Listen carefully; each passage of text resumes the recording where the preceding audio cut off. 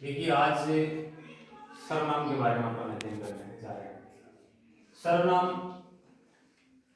सबसे पहले सर्वनाम, सर्व का अर्थ होता है शब्द का, सबका। सर्व का अर्थ क्या होता है? शब्द का। तो सर्वनाम शब्द, सर्वनाम दो शब्दों के मेल से बना है। एक तो होता है सर्व, एक होता है नाम। सर्व का अर्थ है सबका, अतः सर्वनाम का अर्थ है सबका नाम। सबका नाम का एक तो कोई संज्ञा शब्द होता है, जैसे किसी का नाम है राकेश है, किसी का नाम हरि है, तो उसकी जगह अपन किसी का नाम नहीं लेके उसमें सारे नाम आ जाते हैं। जैसे मैंने बोल दिया कोई आ रहा होगा, तो कोई या तुम सीधे बैठ जाओ, तो इसमें भी क्या हुआ? तुमने किसी का नाम तो नहीं बोला, नहीं, सबका नाम हो गया। इसमें आपने सोचा कि किसका नाम बोला जा रहा है, ऐसा लगा ना आपको कि भाई मेरा नाम बोला है। जैसे मैं बोल दूं किसी का नाम, जैसे भाई कोमल खड़ा है, तो कोमल खड़ी हो जाएगी क्योंकि इसका नाम मैंने संज्ञा लिया, तब भी कोमल आ गया। एक मैं बोलता हूं कोई आ रहा होगा, तो उसमें क्या हुआ? नाम नहीं है उसमें, सबका नाम उसमें, कोई का मतलब कोई भी हो सकता है उसमें। तो इसलिए आगे देखिए परिभाषा। सबसे पहले परिभाषा, जो शब्द संज्ञा शब्दों के स्थान पर प्रयोग किए जाते हैं वे शब्द सर्वनाम कहलाते हैं। क्या कहलाते हैं? मेरे साथ साथ बोलो। जो शब्द संज्ञा शब्दों के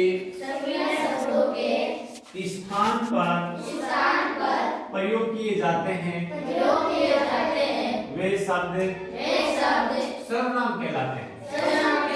जैसे मैं, हम, तू, तुम, यह, वह, कोई, कुछ, कौन, क्या, सो आदि। अब बढ़ते हैं सर्वनाम के मुख्य 6 भेद होते हैं। सर्वनाम के कितने भेद होते हैं? 6। तो उनमें सबसे पहले पुरुषवाचक सर्वनाम। 6 भेद होते हैं, उनमें कौन सा है? सबसे पहले पुरुषवाचक सर्वनाम। तो पुरुष क्या होते हैं? इंग्लिश में अपन पर्सन कहते हैं, संस्कृत में 3 पर्सन होते हैं, हिंदी में 3 पर्सन होते हैं पुरुष। तो उत्तम पुरुष, मध्यम पुरुष, अन्य पुरुष। तो उत्तम पुरुष का क्या कार्य है? उत्तम पुरुष में वे शब्द आते हैं जैसे मैं या हम दोनों या हम सब, ये क्या है? उत्तम पुरुष में। मध्यम पुरुष, जिस पुरुष के बारे में जो पुरुष सुनने वाला हो, आप सुन रहे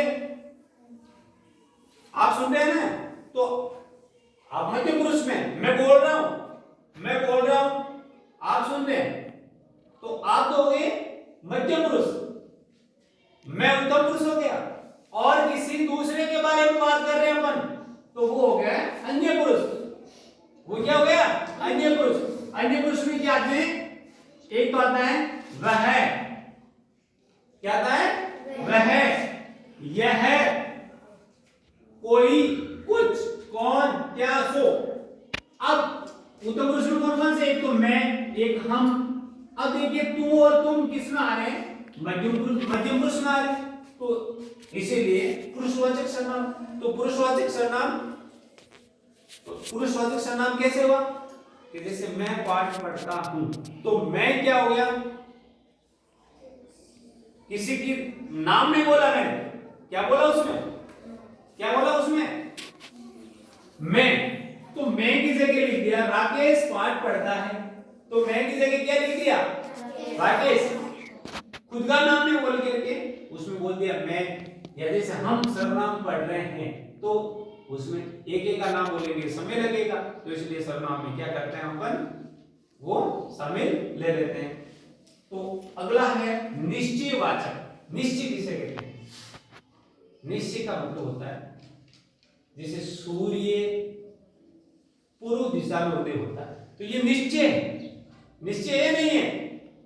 बादल कभी कभी दिखते हैं, बादल कभी कभी दिखते हैं, अरे रोजाना थोड़े दिखते हैं, प्रतिदिन नहीं दिखते हैं।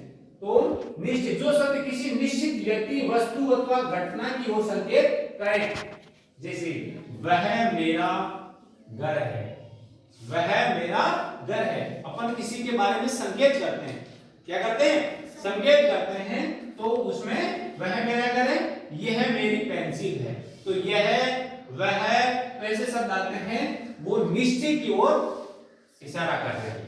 अगला है अनिश्चय, निश्चय से अनिश्चय हो गया, निश्चय का आगे क्या लगा दिया, ए लगा दिया, उपसर्ग लग गया, तो वही एडजेक्टिव परिभाषा, इसमें केवल फर्क क्या है कि इसमें निश्चित, इसमें अनिश्चित। वही परिभाषा, जो शब्द किसी अनिश्चित व्यक्ति, वस्तु अथवा घटना की ओर संकेत करे उसे हम अनिश्चयवाचक सर्वनाम कहते हैं। जैसे दरवाजे पर कोई खड़ा है, दरवाजे पे कोई खड़ा है, तो दरवाजा क्या हुआ भाई, दरवाजे पे कोई खड़ा है, नाम नहीं बोला, एक जैसे मैं नाम बोल देता हूं, दरवाजे के पास मोहन खड़ा, तो मोहन बोलते आप समझ गए भाई मोहन आया, एक मैंने नाम नहीं बोला, कोई भी खड़ा हो सकता है, तो इसीलिए अनिश्चय हो।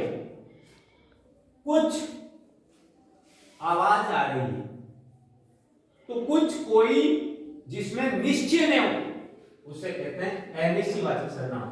संबंधवाचक सर्वनाम जो वाक्यों में आए दूसरे संज्ञा सर्वनाम शब्दों से संबंध बताते हैं, जिसने, उसने, उसका, उसका, जो, सो, ये क्या है, ये संबंध बता रहा है। संबंध कैसे, यह पेन मेरा है, तो ये पेन किसका है, मेरा है, ये पुस्तक उसकी है, ये खेत उस व्यक्ति का है, तो का के की चिन्हादन संबंधवाचक, अपन कारक पढ़ते हैं, तो वैसे किसी के बारे में किसी का संबंध बता जाए, रिलेशन बता जाए, रिश्तेदारी बता जाए, वो संबंधवाचक सर्वनाम कहलाता है। प्रश्नवाचक, जिन सर्वनाम शब्दों का प्रयोग प्रश्न करने के लिए होता है उन्हें प्रश्नवाचक सर्वनाम कहते हैं।